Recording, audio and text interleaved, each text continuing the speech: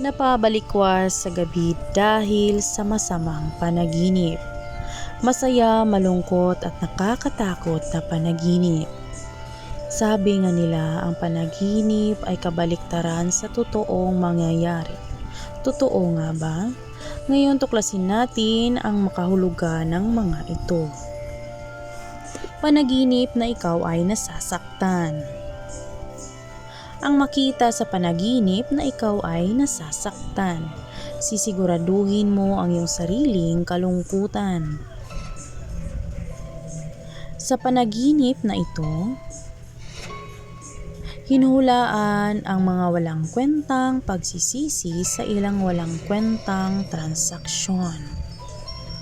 Kapag nakakita ng iba na nasasaktan sa iyong panaginip, binabalaan ka na nagkamali ka sa iyong buhay. Thank you for watching.